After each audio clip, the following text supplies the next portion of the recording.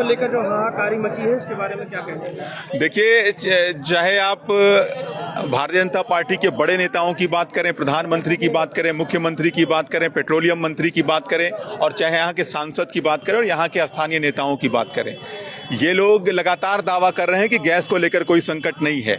लेकिन इस वक्त मैं डुमरियागंज में मौजूद हूँ एचपी गैस एजेंसी पर।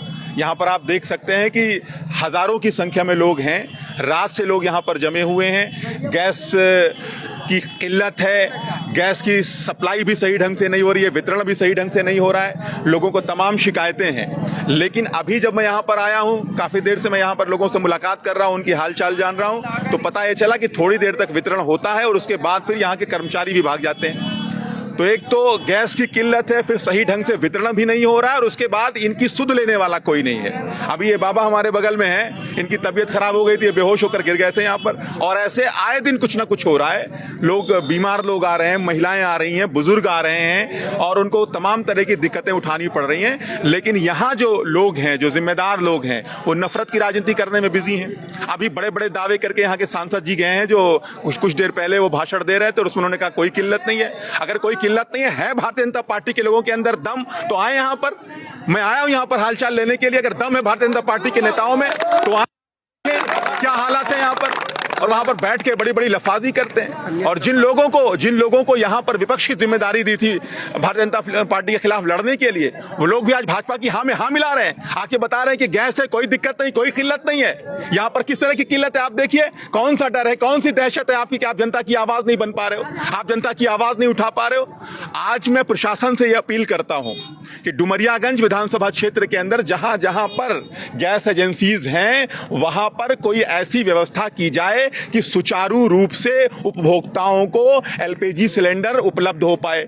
अगर आप दिन भर में सिर्फ 400 सिलेंडर बांट सकते हैं, तो आप कोई ऐसी व्यवस्था करिए कि सिर्फ 400 लोगों को यहां बुलाया जाए। आप हजारों की भीड़ क्यों इकट्ठा कर ले रहे हैं? कोई ऐसी व्यवस्था बनाइए, बुकिंग की व्यवस्था बनाइए कि जिससे आप जितने लोगों को एक दिन में एलपीजी सिलेंडर दे सकते हैं, उनके स्लॉट बुक करिए, उनको बुकिंग के हिसाब से बुलाइए, उनको मैसेज जाए, वो आकर यहां से ले लें। ये आप यहां पर मेला लगाकर बैठे, उसके बाद कोई भी जिम्मेदार यहां पर, अगर मैं बात करने के लिए, मैं चाह रहा था मैं बात करने के लिए यहां पर आए, तो ऑफिस में कोई है ही नहीं है। एजेंसी इसी तरीके से वीरान पड़ी हुई, ताला लगे हुए, बिल्कुल यहाँ पे अनाथ हुई है एजेंसी। अभी कोई अनहोनी हो जाए, कुछ हो जाए, तो फिर जनता के ऊपर इल्जाम आएगा। तो जो लोग जिम्मेदार हैं, चाहे वो अधिकारी हों, चाहे इस एजेंसी से संबंधित लोग हों, सब के सब फरार हैं। यहाँ पर कोई जिम्मेदारी लेने को तैयार नहीं है। और ये खुली चेतावनी है यहाँ के प्रशासन को। इस तरीके से जनता को आपने गाय बैल समझ रखा है, गाय भैंस समझ रखा है, कि उसको जानवर समझ रखा है, कि वो आगे रात रात भर लाइनों में लगे रहेंगे। उसके बाद भी दिन में इनको पता नहीं होगा कि इनको सिलेंडर मिलेगा या नहीं मिलेगा। तो ये सिलेंडर जो है, ये रोजमर्रा की जरूरत का सामान है। अगर सिलेंडर नहीं मिलेगा, गैस नहीं मिलेगी, तो रोटी के लाले हो जाएंगे घर घर में।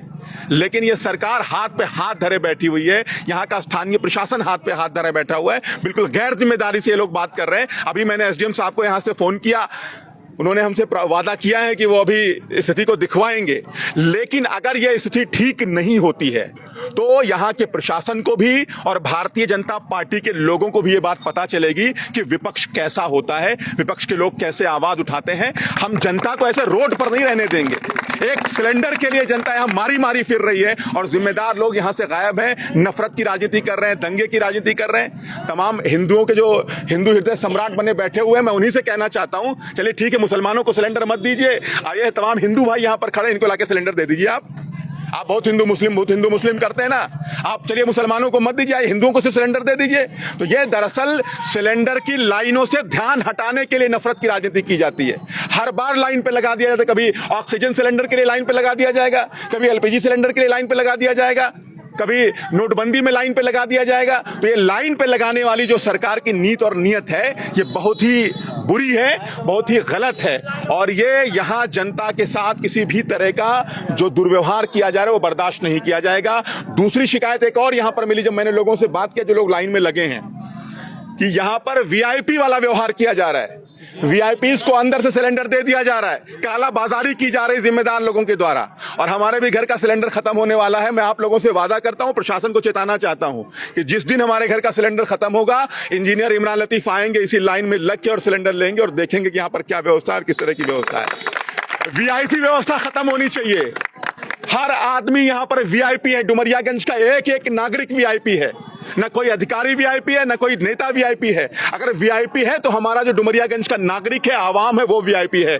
उसके साथ किसी तरह की बदसलूकी नहीं होनी चाहिए। सबसे पहले आम लोगों को सिलेंडर मिलना चाहिए, उसके बाद किसी वीआईपी को मिला। जो जिस वीआईपी को लेना है आए इसी लाइन में लगे और आके देखे कैसे धक्के खाने पड़ रहे हैं आम लोगों को। अगर हमारे घर का सिलेंडर खत्म होगा, मैं आपसे वादा कर रहा हूं, रोजे से हूं, अगर हमारे घर का सिलेंडर खत्म होता है तो इमरान लतीफ आके इसी लाइन में लग के आपके साथ सिलेंडर लेंगे और प्रशासन को बताएंगे कैसे क्या होता है।